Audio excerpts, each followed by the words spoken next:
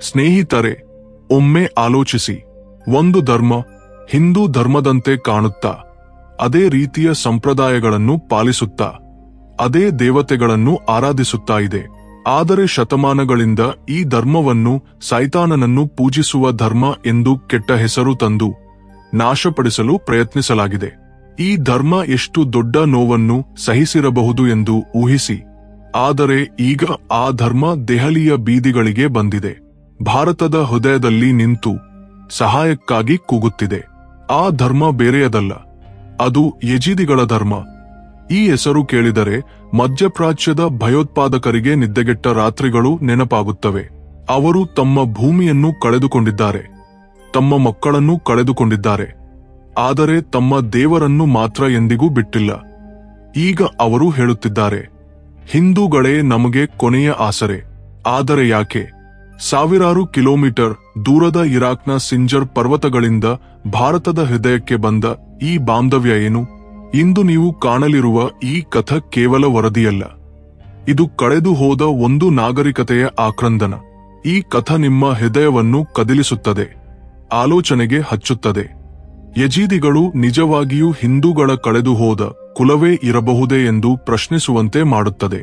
ಈ ವಿಡಿಯೋವನ್ನು ಕೊನೆಯವರೆಗೂ ನೋಡಿ, ಏಕೆಂದರೆ ಸತ್ಯ ತಿಳಿದಾಗ ಇದು ಕೇವಲ ಅವರ ಸಮಸ್ಯೆಯಲ್ಲ, ನಮ್ಮೆಲ್ಲರ ಗುರುತಿನ ಹೋರಾಟ ಎಂದು ಅರಿವಾಗುತ್ತದೆ. ಆದರೆ ಸ್ನೇಹಿತರೆ, ಒಂದು ಕ್ಷಣ ಕಾಮೆಂಟ್ನಲ್ಲಿ ಹೇಳಿ, ಈ ವಿಡಿಯೋ ನಿಮ್ಗೆ ಹೇಗೆ ಸಿಕ್ಕಿತು? ನೀವೇ ಹುಡುಕಿ ಕಂಡುಕೊಂಡಿದ್ದೀರಾ? ಇಲ್ಲವೇ ಯೂಟ್ಯೂಬ್ನಲ್ಲಿ ಇದ್ದಕ್ಕಿದ್ದಂತೆ ಕಾಣಿಸಿ ಕ್ಲಿಕ್ ಮಾಡಿದಿರಾ? ನಿಜವಾಗಿ ಹೇಳಿ. ಈಗ ತಡಮಾಡದೆ ವಿಡಿಯೋಗೆ ಬರೋಣ. ವಿದೇಶಿ ಭೂಮಿಯಲ್ಲಿ ಹಿಂದೂ ಧರ್ಮದಂತೆ ಕಾಣುವ ಒಂದು ಧರ್ಮ ಬೆಳೆಯುತ್ತಿದೆ. ಅದೇ ಯಜೀದಿ ಧರ್ಮ. ಯಾರು ಈ ಯಜೀದಿಗಳು? ಯಾಕೆ ದೆಹಲಿಗೆ ಬರುತ್ತಿದ್ದಾರೆ? ಭಾರತದಲ್ಲಿ ಯಾಕೆ ನೆಲೆಯಾಗಲು ಬಯಸುತ್ತಿದ್ದಾರೆ? ಅವರನ್ನು ಯಾಕೆ ಸೈತಾನನನ್ನು ಪೂಜಿಸುವವರು ಎಂದು ಕರೆಯುತ್ತಾರೆ? 72 ಸಲಕ್ಕಿಂತ ಹೆಚ್ಚಿನ ಬಾರಿ ನರಹತ್ಯೆ ಎದುರಾದರು ಈ ಧರ್ಮ ಇನ್ನೂ ಹೇಗೆ ಬದುಕುಳಿದಿದೆ? ಇದು ನಿಜವಾಗಿಯೂ ಹಿಂದೂ ಧರ್ಮದ ಕಳೆದು ಹೋದ ಕುಲವೇ? 2014ರಲ್ಲಿ ಏನಾಯಿತು? ಆ ವರ್ಷ ಯಜೀದಿಗಳು ಎಲ್ಲಾ ಮೀಡಿಯಾ ಚಾನೆಲ್ಗಳಲ್ಲಿ ಯಾಕೆ ಕಾಣಿಸಿಕೊಂಡರು? ಭಾರತದಿಂದ ಅವರು ಏನನ್ನು ಬಯಸುತ್ತಿದ್ದಾರೆ? ಈ ಎಲ್ಲಾ ಪ್ರಶ್ನೆಗಳಿಗೆ ಉತ್ತರ ತಿಳಿಯಲು ವಿಡಿಯೋವನ್ನು ಕೊನೆಯವರೆಗೂ ನೋಡಿ. ಬಹುಶಃ ನೀವು ಯಜೀದಿಗಳ ಬಗ್ಗೆ ಮೊದಲ ಬಾರಿಗೆ ಕೇಳುತ್ತಿರಬಹುದು, ಯಾಕೆಂದರೆ ಇದು ಜಗತ್ತಿನ ಅತ್ಯಂತ ರಹಸ್ಯವಾಗಿರುವ ಧರ್ಮ.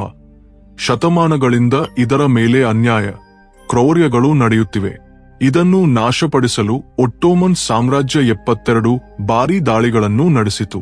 ಐಸಿಸ್ ಭಯೋತ್ಪಾದಕರು ಸಾವಿರಾರು ಸೈನಿಕರನ್ನು ಕಳುಹಿಸಿದರು.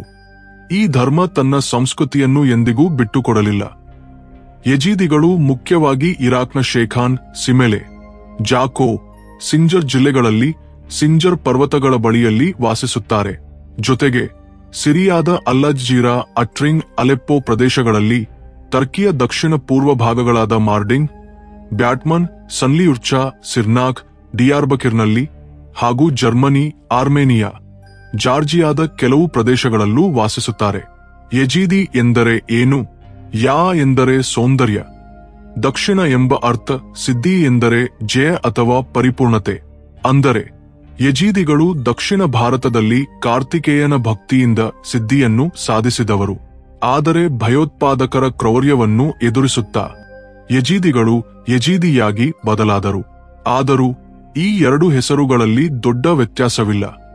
ಅದೇ ರೀತಿ ಯಜೀದಿಗಳ ಮತ್ತು ಹಿಂದೂಗಳ ನಂಬಿಕೆಗಳು, ಸಂಪ್ರದಾಯಗಳ ನಡುವೆಯೂ ದೊಡ್ಡ ವ್ಯತ್ಯಾಸ ಕಾಣಿಸುವುದಿಲ್ಲ.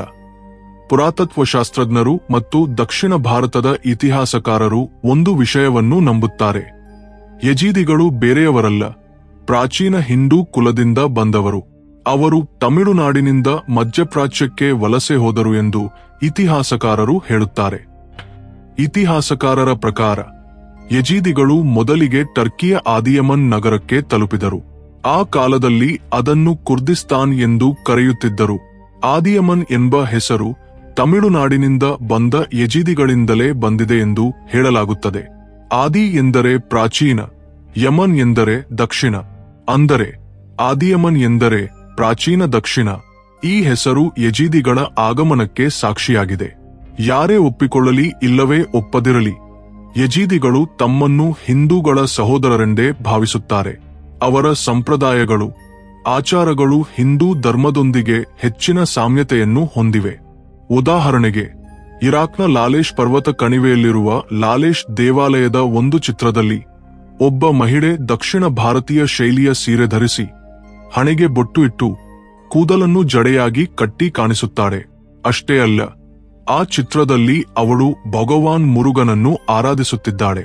ದಕ್ಷಿಣ ಭಾರತದಲ್ಲಿ ಮುರುಗನನ್ನು, ಅಂದರೆ ಶಿವನ ಮೊಗ ಕಾರ್ತಿಕೇಯನನ್ನು, ಹೆಚ್ಚಾಗಿ ಪೂಜಿಸಲಾಗುತ್ತದೆ. ಲಾಲೇಶ್ ದೇವಾಲಯದಲ್ಲಿ ಅವನ ಪೂಜೆ ನಡೆಯುವುದು ಯಜೀದಿಗಳು ದಕ್ಷಿಣ ಭಾರತದಿಂದ ಬಂದ ಹಿಂದೂ ಕುಲ ಎಂಬುದಕ್ಕೆ ಸಾಕ್ಷಿಯಾಗಿದೆ. ಅವರ ಸಂಪ್ರದಾಯಗಳು ಕೂಡ ಹಿಂದೂಗಳೊಂದಿಗೆ ಬಹಳ ಸಾಮ್ಯವಾಗಿವೆ.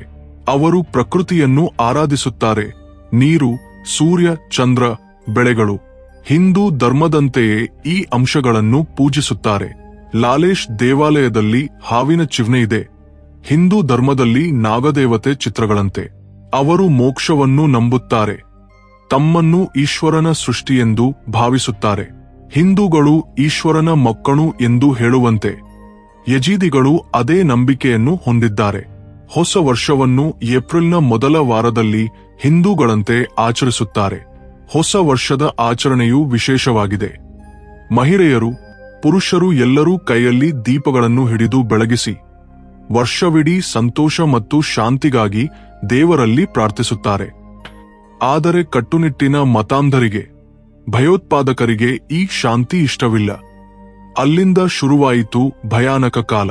2011ರಲ್ಲಿ ಸಿರಿಯಾ ಮತ್ತು ಇರಾಕ್ನಲ್ಲಿ ಅರಬ್ ಸ್ಪ್ರಿಂಗ್ ಅಂತರ್ಯುದ್ಧದಿಂದ ಇಸ್ಲಾಮಿಕ್ ಸ್ಟೇಟ್ ಐಸಿಸ್ ಎಂಬ ಭಯೋತ್ಪಾದಕ ಸಂಸ್ಥೆ ಬೆಳೆಯಲು ಅವಕಾಶ ಸಿಕ್ಕಿತು. ಅವರಿಗೆ ಹೊಸ ಸೈನಿಕರು ಸೇರಿದರು. ಸಿರಿಯಾದಿಂದ ಇರಾಕ್ವರೆಗೆ ಐಸಿಸ್ ವಿಸ್ತರಿಸಿತು. ಯಾರಿಂದಲೂ ಅವರನ್ನು ತಡೆಯಲಾಗಲಿಲ್ಲ. 2014ರ ಜೂನ್ 29ರಂದು ಅಬು ಬಕರ್ ಅಲ್-ಬಗ್ದಾದಿ ಎಂಬ ಭಯೋತ್ಪಾದಕ ಇಸ್ಲಾಮಿಕ್ ಖಿಲಾಫತ್ ಸ್ಥಾಪಿಸಿದ. ಅವನ ಸಾಮ್ರಾಜ್ಯ ಸಿರಿಯಾದ ಅಲೆಪ್ಪೋದಿಂದ ಇರಾಕ್ನ ದಿಯಾಲಾವರೆಗೆ ವ್ಯಾಪಿಸಿತು. ಈ ವಿಸ್ತರಣೆಯಿಂದ ಐಸಿಸ್ಗೆ ಹೊಸ ಹೆಸರು ಬಂತು, ಇಸ್ಲಾಮಿಕ್ ಸ್ಟೇಟ್ ಆಚ್ ಇರಾಕ್ ಅನ್ ಲೆವಂಟ್ ಐಸಿಲ್. ಸಿರಿಯಾದಲ್ಲಿ ಇದನ್ನು ಇಸ್ಲಾಮಿಕ್ ಸ್ಟೇಟ್ ಆಚ್ ಇರಾಕ್ ಅನ್ ಸಿರಿಯಾ ಐಸಿಸ್ ಅಥವಾ ದಾಯೇಶ್ ಎಂದು ಕರೆದರು. ಅಬು ಬಕರ್ ಅಲ್-ಬಗ್ದಾದಿಯ ಇಸ್ಲಾಮಿಕ್ ಸ್ಟೇಟ್ನಲ್ಲಿ 2 ಪ್ರಮುಖ ಷರತ್ತುಗಳಿದ್ದವು. ಮೊದಲನೆಯದು, ನೀವು ಮುಸ್ಲಿಂ ಆಗಿರಬೇಕು. ಮುಸ್ಲಿಂ ಆಗಿಲ್ಲದಿದ್ದರೆ ಇಸ್ಲಾಂ ಸ್ವೀಕರಿಸಬೇಕು. ಎರಡನೆಯದು, ಇಸ್ಲಾಮಿಕ್ ಖಿಲಾಫತ್ಗೆ ಒಪ್ಪಿಕೊಳ್ಳಬೇಕು. ಈ ಎರಡಕ್ಕೂ ವಿರುದ್ಧವಾಗಿರುವವರು ಐಸಿಸ್ಗೆ ಶತ್ರುಗಳು. ಅಂತವರಿಗೆ ಒಂದೇ ಶಿಕ್ಷೆ, ಮರಣ. 2014ರ ಆಗಸ್ಟ್ನಲ್ಲಿ ಭಯೋತ್ಪಾದಕರು ಸಿಂಜರ್ ಪರ್ವತಗಳಿಗೆ ತಲುಪಿದರು. ಅಲ್ಲಿ ಯಜೀದಿಗಳು ವಾಸಿಸುತ್ತಿದ್ದರು. ಅವರಿಗೆ ಒಂದು ಆಕರ್ ಕೊಡಲಾಯಿತು, ಇಸ್ಲಾಂ ಸ್ವೀಕರಿಸಿದರೆ ಪ್ರಾಣ ಉಳಿಯುತ್ತದೆ, ಇಲ್ಲದಿದ್ದರೆ ಮರಣ. ಆದರೆ ಯಜೀದಿಗಳ ನಂಬಿಕೆಯಂತೆ ಮರಣದ ನಂತರ ಆತ್ಮವು ಒಂದು ದೇಹದಿಂದ ಮತ್ತೊಂದಕ್ಕೆ ತೆರಳುತ್ತದೆ ಅಥವಾ ಜನನ ಮರಣ ಚಕ್ರವನ್ನು ಪೂರ್ಣಗೊಳಿಸಿ ಮೋಕ್ಷ ಪಡೆಯುತ್ತದೆ. ಅವರ ಧರ್ಮದಲ್ಲಿ ಮತಾಂತರದ ಕಲ್ಪನೆಯೇ ಇಲ್ಲ. ಹಾಗಾಗಿ ಅವರು ಎಂದಿಗೂ ಗುಂಗಿರಲಿಲ್ಲ. ಆಗ ಭಯೋತ್ಪಾದಕರು ಯಜೀದಿಗಳ ಮೇಲೆ ಎಲ್ಲಾ ಮಿತಿಗಳನ್ನು ಮೀರಿ ಕ್ರೌರ್ಯ ತೋರಿದರು. ಮಹಿಳೆಯರನ್ನು ಲೈಂಗಿಕ ಗುಲಾಮರನ್ನಾಗಿ ಮಾಡಿದರು. ಸಣ್ಣ ಮಕ್ಕಳ ಮೇಲೂ ಅತ್ಯಾಚಾರ ನಡೆಯಿತು. ಆನ್ಲೈನ್ನಲ್ಲಿ ಮಾರುಕಟ್ಟೆ ಸೃಷ್ಟಿಸಿ ಯಜೀದಿ ಮಹಿಳೆಯರನ್ನು ಹರಾಜಿಗೆ ಇಡಲಾಯಿತು. ಒಂದು ದಿನಕ್ಕೆ 4-5 ಬಾರಿ, ಕೆಲವೊಮ್ಮೆ 10 ಬಾರಿ ಅತ್ಯಾಚಾರಗಳು ನಡೆದವು.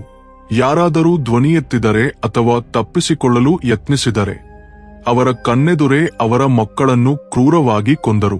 ಪುರುಷರನ್ನು ಚಿತ್ರಹಿಂಸೆಗೊಳಗಾಗಿ ಕೊಂದರು. ಸಣ್ಣ ಮಕ್ಕಳನ್ನು ಬಿಡಲಿಲ್ಲ.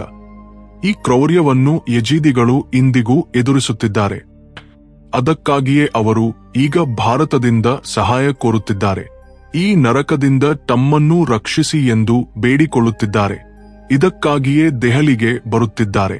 2015ರಲ್ಲಿ 2014ರ ನರಹತ್ಯೆಯ ನಂತರ ಯಜೀದಿ ನಾಯಕರು ಮೊದಲ ಬಾರಿಗೆ ಭಾರತಕ್ಕೆ ಬಂದರು. ಯಜೀದಿ ನ್ಯಾಷನಲ್ ಯೂನಿಯನ್ ಅಧ್ಯಕ್ಷ ಖದ್ರ ಹಜೋಯಾನ್ ದೆಹಲಿಯಲ್ಲಿ ಆರ್ಟ್ ಆಫ್ ಲಿವಿಂಗ್ ಮತ್ತು ಇತರ ಹಿಂದೂ ಸಂಸ್ಥೆಗಳೊಂದಿಗೆ ತಮ್ಮ ದುಃಖವನ್ನು ಹಂಚಿಕೊಂಡರು. ಆಗಲೇ ಹಿಂದೂ ಸಂಸ್ಥೆಗಳು ಅವರ ಸಮಸ್ಯೆಯನ್ನು ಅರಿತಿದ್ದವು. ಏಕೆಂದರೆ 2013 ಜಗತ್ತಿಗೆ ತಿಳಿಯದಿದ್ದ ಯಜೀದಿ ಧರ್ಮ 2014ರಲ್ಲಿ ಭಯೋತ್ಪಾದಕರ ಕ್ರೌರ್ಯದಿಂದ ಎಲ್ಲಾ ಮೀಡಿಯಾ, ಸೋಷಿಯಲ್ ಮೀಡಿಯಾ, ನ್ಯೂಸ್ ಚಾನೆಲ್ಗಳಲ್ಲಿ ಚರ್ಚೆಯಾಯಿತು. ಇದರಿಂದ ಆರ್ಟಾಸ್ ಲಿವಿಂಗ್ ಮತ್ತು ಇತರ ಸಂಸ್ಥೆಗಳು ಅವರ ನೋವನ್ನು ಅರಿತು ಸಹಾಯ ಸಾಮಗ್ರಿ ಮತ್ತು ಆರ್ಥಿಕ ನೆರವು ನೀಡಿದವು. ಈ ಸಹಾಯದಿಂದ ಯಜೀದಿಗಳಲ್ಲಿ ಭಾರತದ ಮೇಲಿನ ಆಶೆ ಇನ್ನಷ್ಟು ಬೆಳೆಯಿತು. 2018ರಲ್ಲಿ ಯಜೀದಿ ಹ್ಯೂಮನ್ ರೈಟ್ಸ್ ಆರ್ಗನೈಸೇಷನ್ ಸ್ಥಾಪಕ ಮಿರ್ಜಾ ಇಸ್ಮಾಯಿಲ್ ಮುಂಬೈಗೆ ಬಂದರು. ಶೇಖ್ ಮಿರ್ಜಾ ಇಸ್ಮಾಯಿಲ್ ಒಬ್ಬ ಧಾರ್ಮಿಕ ನಾಯಕ ಯಜೀದಿಗಳ ಧ್ವನಿಯನ್ನು ಜಗತ್ತಿಗೆ ತಲುಪಿಸುತ್ತಿದ್ದಾರೆ. ಯಜೀದಿ ಧರ್ಮ ಭಾರತದಿಂದಲೇ ಉಗಮವಾಯಿತು. ಹಿಂದೂ ಧರ್ಮದ ಭಾಗವೆಂದು ಹೇಳಲು ಅವರು ವರ್ಷಗಳಿಂದ ಪ್ರಯತ್ನಿಸುತ್ತಿದ್ದಾರೆ. ಇರಾಕ್, ಸಿರಿಯಾದಲ್ಲಿ ಯಜೀದಿಗಳ ಮೇಲಿನ ಕ್ರೌರ್ಯದ ಹಿನ್ನೆಲೆಯಲ್ಲಿ ಮಿರ್ಜಾ ಇಸ್ಮಾಯಿಲ್ ಕಾರ್ತಿಕೇಯಸ್ತಾನ್ ಎಂಬ ಪ್ರತ್ಯೇಕ ದೇಶಕ್ಕಾಗಿ ಬೇಡಿಕೆ ಇಟ್ಟರು. ಈ ಹೆಸರು ಕಾರ್ತಿಕೇಯನಿಂದ ಬಂದಿದೆ. ಈ ಪ್ರಸ್ತಾಪವನ್ನು ಅವರು ಯುನೈಟೆಡ್ ನೇಷನ್ಸ್ ಯುಎನ್ ಮುಂದೆ ಇಟ್ಟರು. ಭಾರತವು ಯುಎನ್ನಲ್ಲಿ ತಮ್ಮನ್ನು ಬೆಂಬಲಿಸಬೇಕೆಂದು ಬಯಸುತ್ತಾರೆ. ಅದಕ್ಕಾಗಿಯೇ ಮಿರ್ಜಾ ಇಸ್ಮಾಯಿಲ್ ದೆಹಲಿಗೆ ಬಂದರು.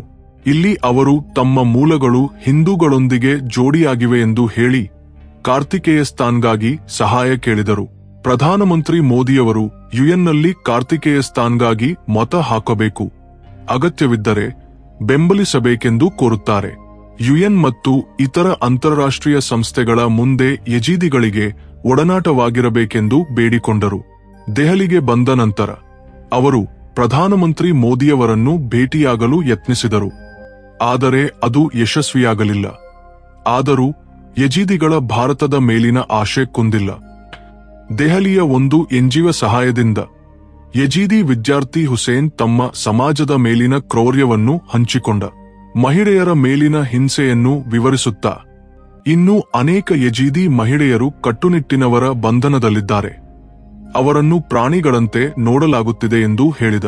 2024 ನವೆಂಬರ್ನಲ್ಲಿ ಹೈದರಾಬಾದ್ನ ಲೋಕ್ ಮಂಥನ್ ಸಭೆಯಲ್ಲಿ ಯಜೀದಿ ಪ್ರತಿನಿಧಿಗಳು ಭಾಗವಹಿಸಿದರು. ಖದ್ರ್ ಹಜೋಯಾನ್ ಮಾತನಾಡುತ್ತಾ, ನಮ್ಮ ಹಿಂದೂ ಸಹೋದರ ಸಹೋದರಿಯರಿಗೆ ಮನವಿ ಮಾಡುತ್ತೇವೆ, ನಮ್ಮ ಸಂಪ್ರದಾಯಗಳು ನಿಮ್ಮವುಗಳೊಂದಿಗೆ ಸಮಾನ. ಯುನೈಟೆಡ್ ನೇಷನ್ಸ್ನಲ್ಲಿ ಭಾರತದ ಸಹಾಯ ಬೇಕು ಎಂದರು. ಇತ್ತೀಚೆಗೆ ಐಸಿಸ್ 150 ಯಜೀದಿ ಕುಟುಂಬಗಳನ್ನು ನಾಶ ಮಾಡುವುದಾಗಿ ಬೆದರಿಕೆ ಹಾಕಿದೆ. ಇದರಲ್ಲೂ ಯಜೀದಿಗಳು ಭಾರತದ ಸಹಾಯ ಕೋರುತ್ತಿದ್ದಾರೆ. ಸ್ನೇಹಿತರೆ, ಒಂದು ಕಾಲದಲ್ಲಿ ಯಜೀದಿಗಳ ಸಂಖ್ಯೆ 10 ಲಕ್ಷಕ್ಕಿಂತಲೂ ಹೆಚ್ಚಿತ್ತು.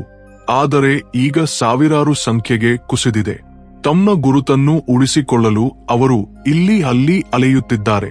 ಭಾರತದಲ್ಲಿ ಆಶ್ರಯ ಪಡೆದು ಸುರಕ್ಷಿತವಾಗಿ ಸಂತೋಷವಾಗಿ ಬದುಕಬೇಕೆಂದು ಕನಸು ಕಾಣುತ್ತಿದ್ದಾರೆ.